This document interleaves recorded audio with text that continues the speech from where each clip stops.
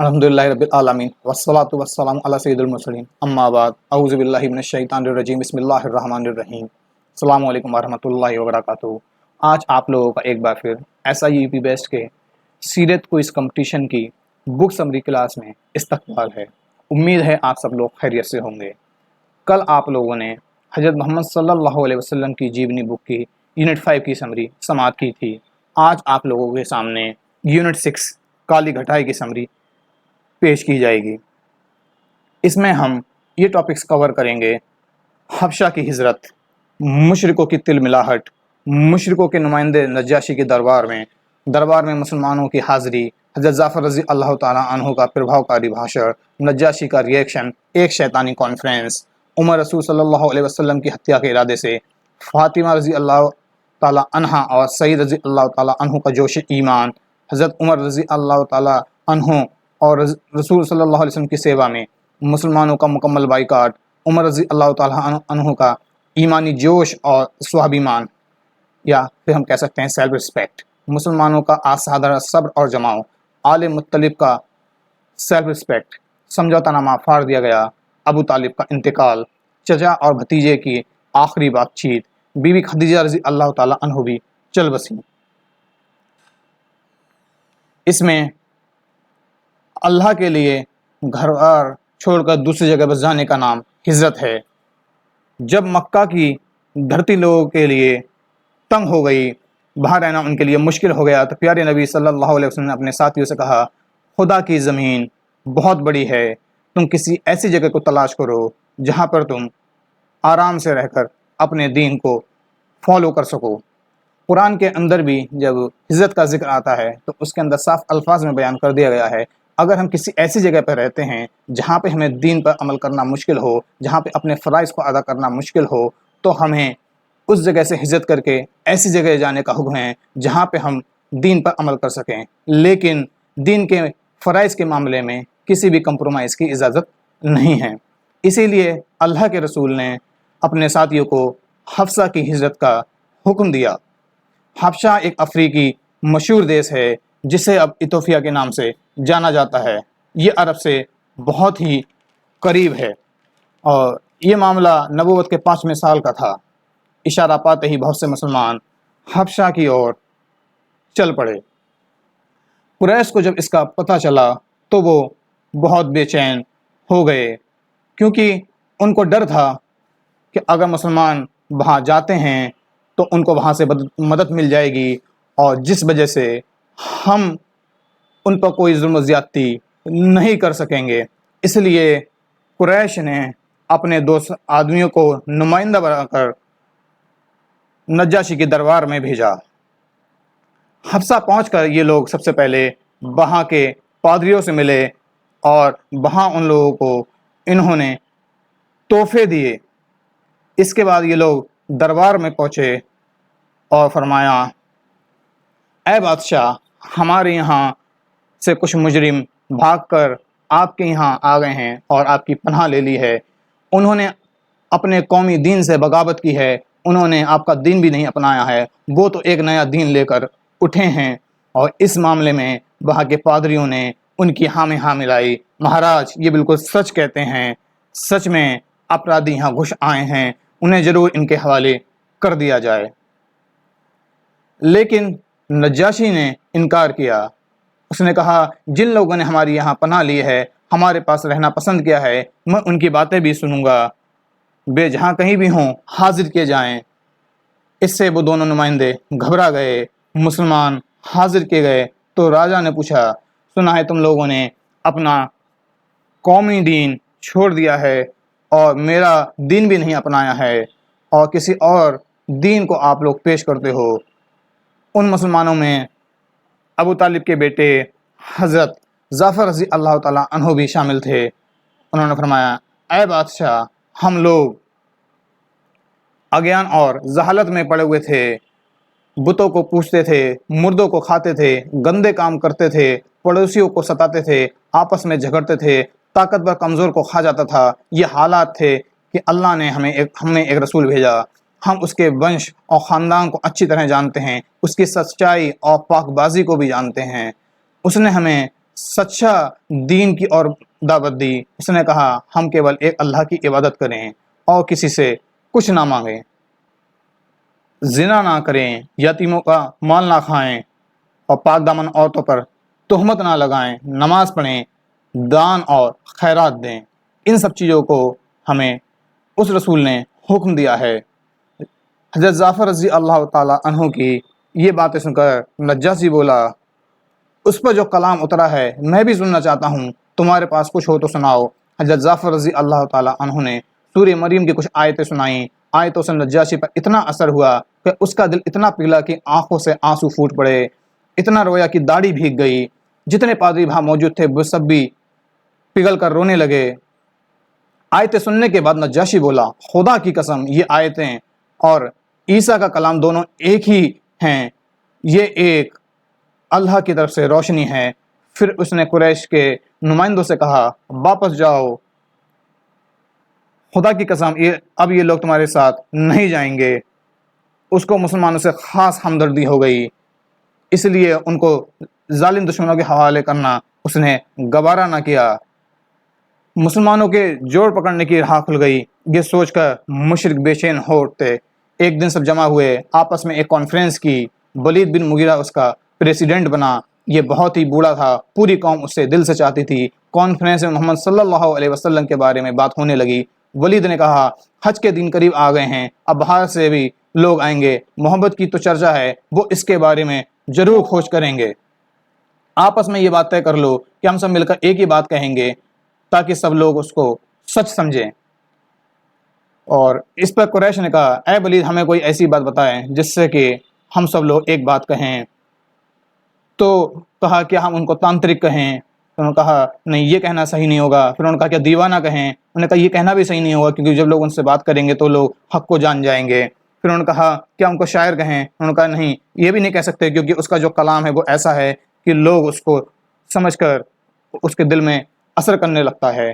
تو انہوں نے کہا تو پھر ہم ان کو جادوگر کہیں گے۔ اس نے کہا کہ ہاں جادوگر کہنا صحیح رہے گا، اس کا کہنا یہ ہوگا کہ جو کوئی بھی ان کے کلام کو سنتا ہے، ان کی بات کو سنتا ہے تو اس کے جادو میں آ جاتا ہے، تاکہ اس سے کوئی بھی اللہ کے رسول کے کلام کو نہیں سنے۔ اس لیے انہوں نے جادو والا الزام یا بہانہ بنا کر لوگوں کے سامنے پیش کیا۔ جب حج کا سمے آ گیا، حاجیوں کے قافلے بھی آ گئے، اب وہ ہر وقت اس طاق میں لگے رہتے، جہاں موقع ملے ان کے کان بھرتے کہ محمد جادوگر ہے، اس کی بات میں جادو ہے۔ حج کے بعد قافلے لوٹ کر اپنے یہاں گئے، سب کو آپ صلی اللہ علیہ وسلم کی خبر دی۔ اس طرح پورے عرب میں آپ صلی اللہ علیہ وسلم کی چرچا ہو گئی اور بہتوں کو سچائی جاننے کا بھی شوق ہوا۔ اسی دھن میں گھروں سے نکل گئے اور آپ کے پاس آ گئے۔ اس طرح انہوں نے جو سازش اسلام کے خلاف کی تھی وہ خود ان کے خلاف الٹی پڑ گئی۔ اس کے بعد ان لوگوں نے جب دین کو سنا تو عرب کے لوگ بہت ہی زیادہ آزاد زندگی گزارتے تھے۔ جب اسلام کی چیزیں ان کے سامنے پہنچی، اسلام کی دعوت ان کے سامنے پہنچی تو اسلام کی ڈسپلن لائف ان کے سامنے پیش ہوئی، جس کو ان لوگوں نے بہت اچھے سے قبول کیا اور وہ بات ان کے دل میں اترتی چلی گئی۔ لیکن کفار مکہ کو یہ ڈر تھا کہ اگر یہ لوگ حضرت محمد صلی اللہ علیہ وسلم کی بات مان لیں گے تو ان کو جو چڑھاوے ملتے ہیں، جس طرح سے وہ لوگوں کو لوٹتے کھاتے ہیں، وہ چیزیں ان کو آگے مل نہیں پائیں گی۔ اس لیے وہ پھر بھی مسلسل کوشش کرتے رہے کسی طرح وہ ان لوگوں کو حق سے پلٹا سکیں۔ ان سب معاملے میں آپ کے چچا ابو طالب ہمیشہ آپ کے ساتھ کھل کر رہے اور آپ کی حفاظت کرتے رہے۔ پیارے نبی صلی اللہ علیہ وسلم نے ایک بار دعا کی، اے رب تو خطاب کے بیٹے عمر یا ہشام کے بیٹے عمر کو ہدایت دے، جن کو ہم ابو جہل کے نام سے بھی جانتے ہیں۔ عمر کی اٹھتی ہوئی جوانی تھی، بے ارادے کے پکے اور حوصلے والے انسان تھے، بڑے طاقتور، نہ کسی سے ڈرتے نہ دبتے تھے، جس کام کا کرنے کا ارادہ کرتے اس کو کر کے ہی دم لیتے تھے۔ یہ وجہ ہے کہ اسلام کی دشمنی میں بھی آگے آگے تھے اور مسلمانوں کے بڑے ہی پتھر دل اور بے رحم تھے۔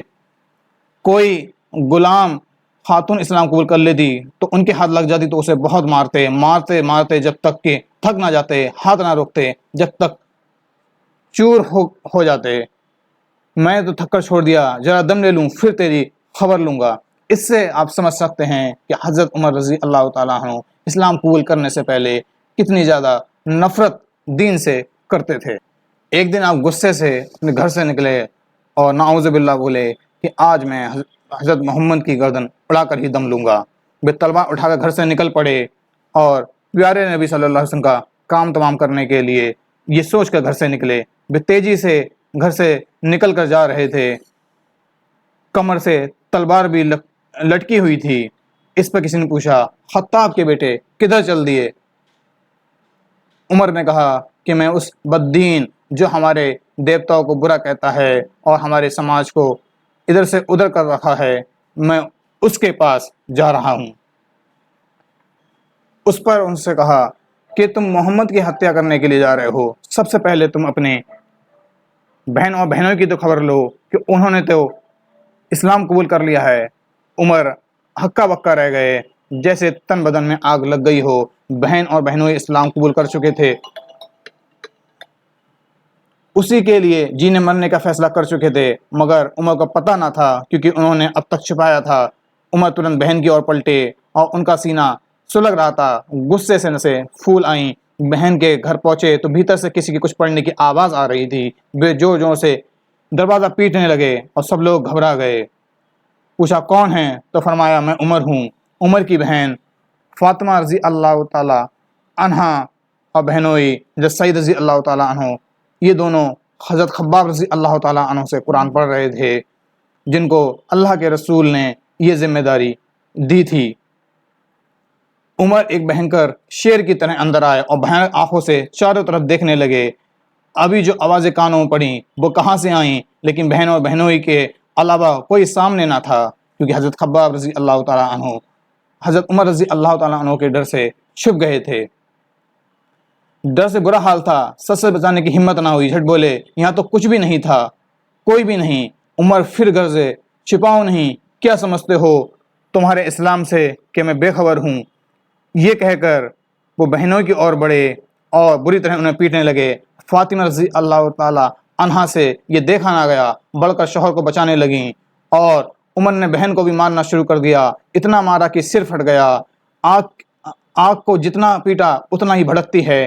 عمر کی مار سے اسلام کی محبت میں ان کا ایمان اور جوش سے بھر گیا اور بھڑک اٹھیں، اور فاطمہ اور ان کے سب بلند آواز میں بولے، ہاں ہم نے اسلام قبول کر لیا ہے، اسلام پر جینے مرنے کا فیصلہ کر لیا ہے، اب دنیا کی کوئی طاقت ہمیں اسلام سے ہٹا نہیں سکتی۔ ہاں اب ہم مسلم ہیں، اسلام کی مٹھاس ہمیں مل چکی ہے، اس کے لیے ہم سب کچھ جھیلنے کے لیے تیار ہیں، تمہارا جو چیز چاہیں کر لو۔ یہ آواز پکے ارادے اور درد میں ڈوبی ہوئی آواز تھی، دل کی گہرائیوں سے نکلی ہوئی آواز جو سیدھے حضرت عمر کے دل سے ٹکرائی۔ عمر کو اس آواز نے ہلا کر رکھ دیا اور بے رحم ہاتھ چلتے چلتے رک گئے، اور بہن کے سر سے خون کے فوارے اب بھی جاری تھے۔ عمر کا دل یہ دردناک سین دیکھ کر پسیج گیا، اسے اپنے کیے پر شرم بھی محسوس ہوئی، اور اچانک نظر ان پر پڑی جنہیں خباب رضی اللہ تعالیٰ عنہ پڑھ رہے تھے۔ کیا یہی تم دونوں کو پڑھ رہے تھے؟ ذرا میں بھی دیکھوں۔ عمر کی آواز میں اب بڑی ذرا نرمی آ چکی تھی۔ بہن نے کہا مجھے ڈر ہے کہ اگر میں نے یہ تمہارے ہاتھ میں دیا تو تم اسے واپس نہ دو گے۔ عمر نے یقین دلایا اور قسم کھا کر کہا کہ میں واپس ضرور کر دوں گا، اور فاطمہ رضی اللہ تعالیٰ عنہ نے بھی پنے عمر کو دے دیے۔ بہن کے من میں یہ تمنا ابھر رہی تھی کاش اسلام کی دولت عمر کو بھی مل جائے۔ عمر نے پنے ہاتھ میں لیے اور غور سے پڑھنے لگے۔ پڑھتے ہی بددینوں کے برے انجام کا دل کانپ اٹھا، دل کی دنیا بدل گئی اور بے پکار اٹھے، کتنے اچھے اور پاکیزہ الفاظ ہیں یہ۔ خباب قریب میں ہی چھپے ہوئے تھے اور سارا ماجرا دیکھ کر ابے سامنے آئے اور بڑی خوشی اور اطمینان کے ساتھ بولے، اے عمر، اللہ کے رسول نے دعا کی تھی، اے رب ابو جہل یا عمر کو ایمان کی دولت سے نواز دے، اور اللہ نے تمہارے حق میں ان کی یہ دعا سن لی۔ اور پھر حضرت عمر رضی اللہ تعالیٰ عنہ نے حضرت خباب سے کہا کہ مجھے بتاؤ حضرت محمد صلی اللہ علیہ وسلم کہاں ملیں گے اور ان سے میری کس طرح ملاقات ہو سکتی ہے۔ حضرت عمر آئے تو تھے، مشرک تھے، محمد صلی اللہ علیہ وسلم کی زندگی کے دشمن تھے، کیول رب کے بندے بن کر اور محمد صلی اللہ علیہ وسلم کو جان نشانہ کرنے والے بن کر عمر دوڑے جا رہے تھے۔ آپ صلی اللہ علیہ وسلم کو اپنا رہنما بنا لیں اور خود کو آپ کے حوالے کر دیں۔ عمر ارقم کے گھر پہنچے تو دروازہ بند تھا۔ انہوں نے کنڈی کھٹکھٹائی، اندر سے بلال رضی اللہ تعالیٰ عنہ کی آواز آئی۔ کون؟ جواب ملا، خطاب کا بیٹا۔ آپ نے جب اندر سے جھانک کر دیکھا تو حضرت بلال کو ایک ننگی تلوار کے ساتھ باہر کھڑا دیکھا، اور انہوں نے اندر یہ معذرہ بتایا۔ حضرت حمزہ رضی اللہ تعالیٰ عنہ نے کہا کہ جاؤ تم دروازہ کھولو، اگر وہ اچھی نیت سے آ رہا ہے تو ٹھیک ہے، اور اگر وہ غلط نیت سے آ رہا ہے تو اس کی تلوار اور اس کی ہی گردن ہوگی۔ دروازہ کھلتے ہی عمر اندر آ گئے اور حمزہ اور بلال ان کی طرف جھپٹے اور انہیں بہاؤ سے جکڑ لیا، اور پھر اللہ اور عمر سے بولے کہ تمہارے دل میں جو کھوٹ ہے دور کر دے، اس کے سینے میں ایمان کا دولت بھر دے۔ حضرت حمزہ عمر کا ہاتھ چھوڑ دو، بلال تم بھی چھوڑ دو۔ حمزہ اور بلال رضی اللہ تعالیٰ عنہ الگ ہو گئے۔ عمر آگے بڑھے اور آپ صلی اللہ علیہ وسلم کے پاس کھڑے ہو گئے۔ آپ نے ان سے کہا، عمر کیا اب تک کوئی دردناک عذاب نہ آلے اپنا رویہ نہیں بدلو گے؟ کہو کیا سوچ رہے ہو؟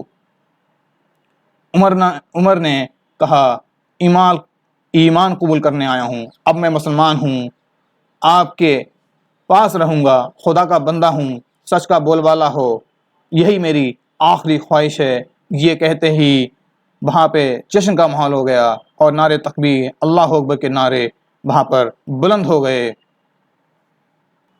حضرت عمر رضی اللہ تعالیٰ عنہ کے ایمان لانے کے بعد پہلی بار نماز کھلے عام پڑھی گئی۔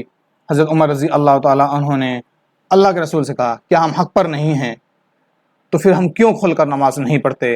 اور پھر حضرت عمر رضی اللہ تعالیٰ عنہ اور حضرت حمزہ رضی اللہ تعالیٰ عنہ دونوں لوگ ساتھ میں گئے اور کعبہ میں جا کر کھلے عام پہلی بار سب مسلمانوں نے مل کر نماز پڑھی۔ حضرت عمر رضی اللہ تعالیٰ عنہ نے گھوم گھوم کر اسی رات اپنے اسلام کا اعلان کیا اور لوگوں کو اسلام کی دعوت دی۔ ابو جہل جو ان کا ماما تھا ان کے گھر گئے اور ان کو جا کر بتایا کہ اب میں نے بھی ایمان قبول کر لیا ہے اور میں محمد کے ساتھ ہوں۔ ابو جہل کے دماغ پر جیسے بجلی گر گئی ہو، اس نے زور سے کہا اور دروازہ پیٹا اور کڑک کر بولا، خدا تیرا ناس کرے، تیرے دین کی بھی ارتھی نکالے، تو اس سمے کیسی منحوس خبر لے کر آیا ہے؟ قریش عمر رضی اللہ تعالیٰ عنہ کو ستانے اور تنگ کرنے لگے۔ بے عمر رضی اللہ تعالیٰ عنہ پر پل پڑے۔ عمر رضی اللہ تعالیٰ عنہ نے بھی تلوار سے مقابلہ کیا اور بددینوں کے بیچ ہوتے ہوئے بھی ڈر کا نام نہ تھا۔ بار بار شیر کی طرح گرجتے ہوئے بیوقوف کہتے، سن لو میں گواہی دیتا ہوں اللہ کے سوا کوئی بندگی کے لائق نہیں اور محمد اللہ کے رسول ہیں، کوئی بھی ہلا تو گردن اڑا دوں گا۔ اسی سمے پیارے نبی صلی اللہ علیہ وسلم نے ان کو فاروق کی اپادی دی کہ اللہ نے ان کے ذریعے سچ اور جھوٹ کو چھاڑ کر ایک دوسرے سے الگ کر دیا۔ یہ نبوت کا 6واں سال تھا اور اس طرح دھیرے دھیرے لوگ اسلام میں جڑ رہے تھے اور دین بڑھتا جا رہا تھا۔ اس پر قریش نے یہ پلان کیا کہ ہم محمد کا کھلم کھلا بائیکاٹ کریں گے اور آپ صلی اللہ علیہ وسلم اور اس کے ساتھیوں سے کسی بھی طرح کا کوئی رشتہ نہ رکھا جائے، ان کے ساتھ میں کوئی شادی بیوہ نہ کیا جائے، نہ کچھ خریدیں اور نہ بیچیں، نہ کوئی کھانے پینے کا سامان دیں اور نہ کسی طرح کا لین دین کریں۔ اس رائے پر سب نے ایک ساتھ سہمتی پرکٹ کی اور ادھک اطمینان کے ساتھ ایک لکھت سمجھوتا بھی تیار ہوا جس میں ان کے برے ارادوں کا لکھا ہوا تھا۔ اس کے بعد قریش کے کچھ لوگ سردار مختلف خاندان کے پاس گئے اور ان کو دھمکی دی کہ آپ اپنے بھتیجے کو ہمارے حوالے کر دیں اور ہم ان کو قتل کر دیں گے، اور پھر کہا اگر تم نے اس کو ہمارے حوالے نہیں کیا تو ہم تمہارے ساتھ بھی تعلق ختم کر دیں گے اور ہم تم سے بھی کسی بھی طرح کا کوئی کاروباری تعلق نہیں رکھیں گے۔ اس پر انہوں نے کہا تو ٹھیک ہے، آج سے ہم تمہارے دشمن ہیں اور تم ہمارے دشمن، اب ہم تمہارا گھیراؤ کریں گے۔ قریش نے ان کا گھیراؤ کر لیا اور بھوکے مارنے کی اپنی یوجنا میں لگ گئے۔ ہاشم کے خاندان والے مطلب کے قریبی رشتہ دار ہوتے تھے، اس لیے وہ ان کے ساتھ تھے، لیکن ابو لہب نے بے وفائی کی اور وہ اپنے خاندان کا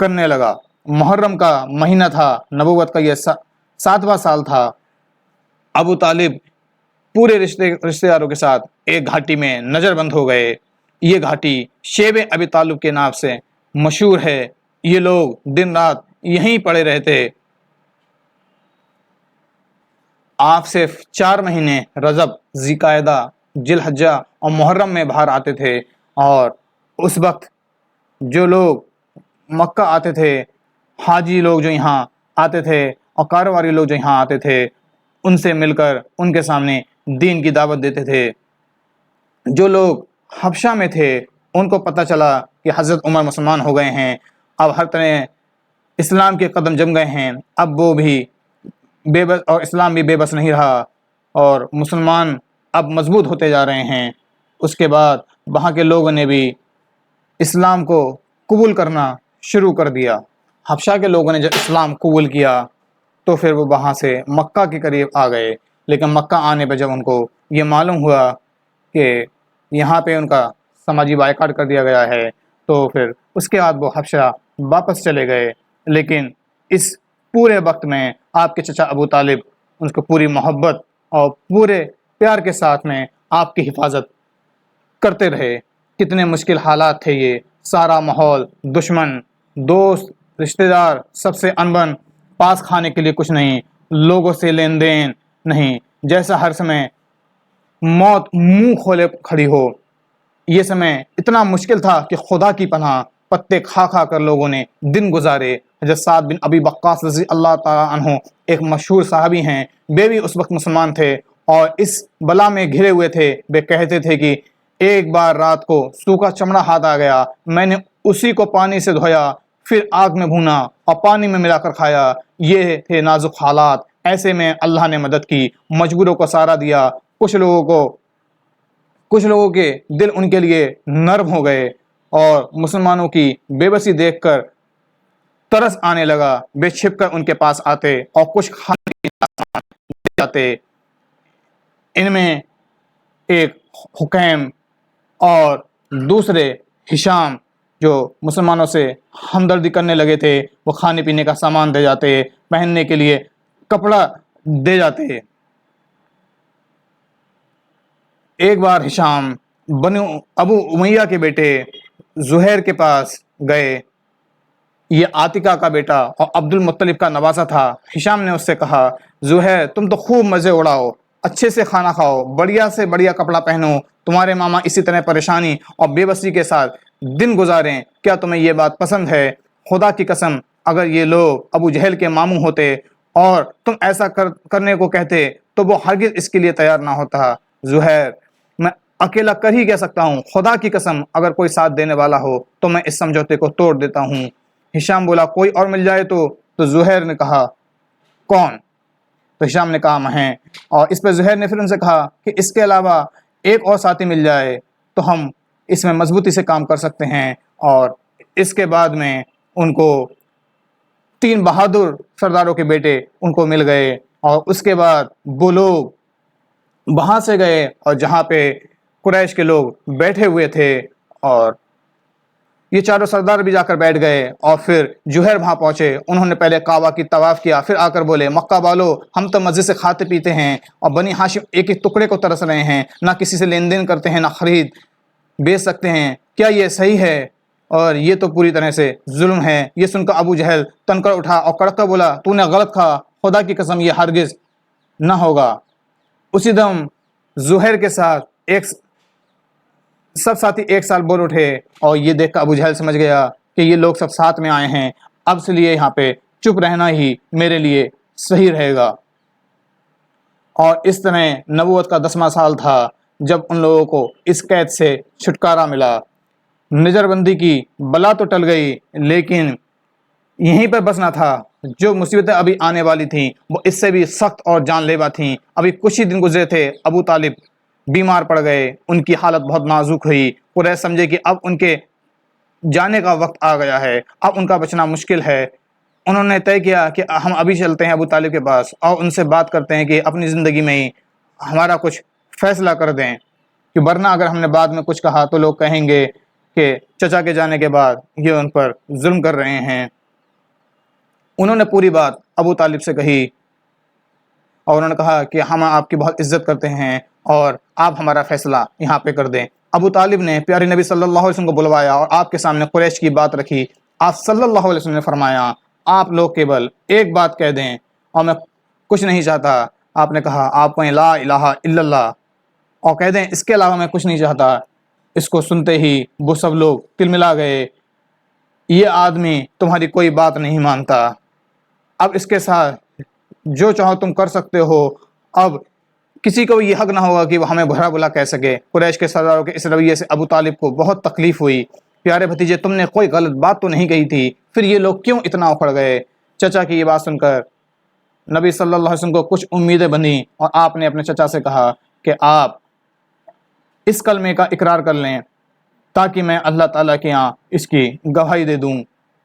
لیکن انہوں نے کہا کہ میں اس کا اقرار نہیں کر سکتا، ورنہ میرے خاندان کے لوگ کہیں گے کہ میں ڈر گیا اور اپنے خاندان کو چھوڑ دیا۔